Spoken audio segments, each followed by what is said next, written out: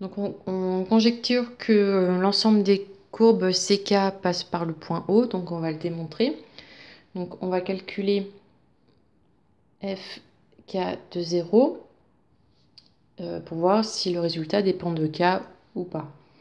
Donc K fois 0 fois E de moins K fois 0, donc ça fait 0. Donc pour l'ensemble des courbes K, l'image de 0 est 0, donc euh, toutes les courbes CK passent par le point O.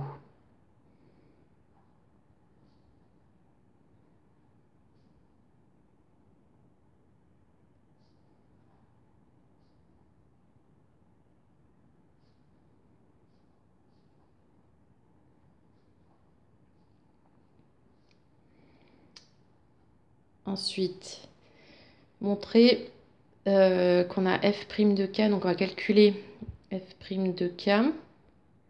Moi, je vais déjà remarquer la fonction, donc f fk de x est égal à k x e de moins kx. Donc fk' de x égale... Donc là, on a un produit avec u de x égale à kx, v de x égale à e de moins kx.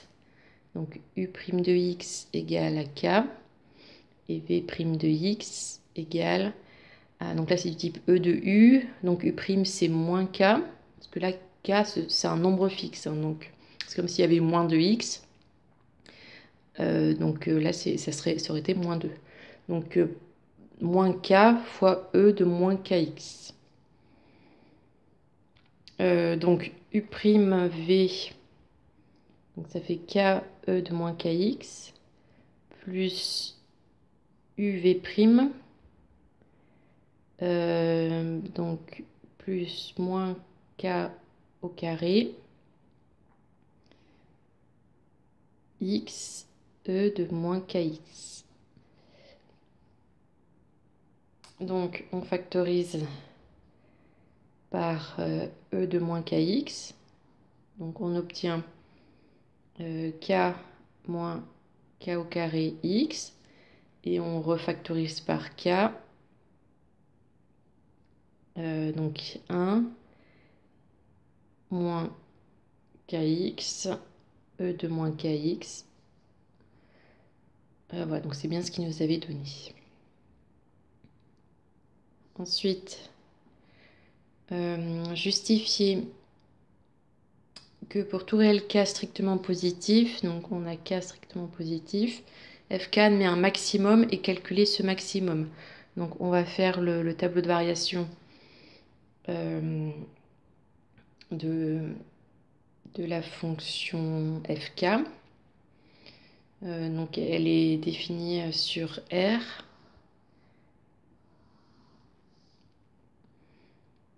Donc x moins l'infini plus l'infini. Donc k 1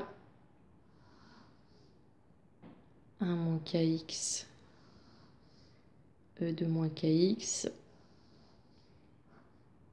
f' fk' de x. Donc k il est toujours positif, strictement positif, c'est un nombre constant. 1 moins kx, donc je vais résoudre 1 moins kx supérieur à 0. Donc 1 supérieur à kx. Là, je divise par k, et comme k est strictement positif, je ne change pas le sens, je laisse supérieur. Donc ça est positif quand x est plus petit que 1 sur k.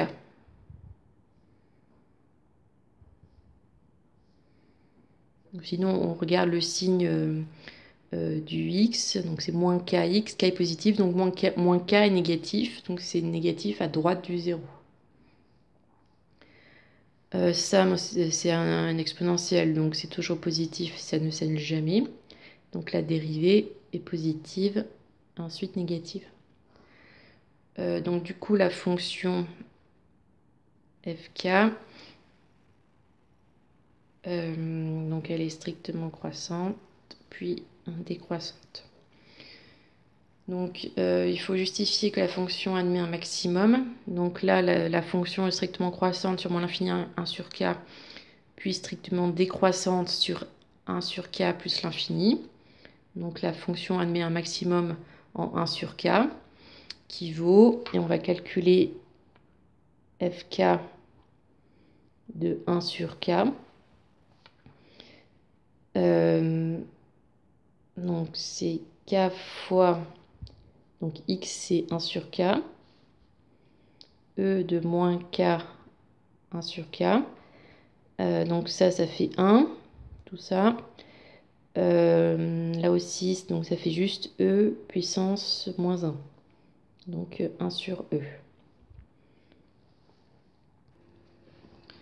Donc ici 1 sur e. Donc 1 sur e, si vous tapez la calculatrice, ça fait à peu près 0,37. Et donc le maximum est fixe, il ne dépend pas de k, c'est toujours à peu près 0,37. Donc là, c'est bien ce qu'on voit, là, c'est à peu près 0,37. Et peu importe la valeur de k, si c'est égal à un nombre a, un nombre b ou quelconque, ou 2, le maximum est toujours la même valeur. Donc le x pour lequel il est atteint change parce qu'il dépend de k. Là, le x est ici, ici il est là il est là. Mais le maximum a toujours la même valeur. Voilà, donc fk est croissante sur moins l'infini 1 sur k et décroissante sur 1 sur k plus l'infini. Donc fk admet un maximum qui est égal à 1 sur e et qui est atteint pour x égale 1 sur k.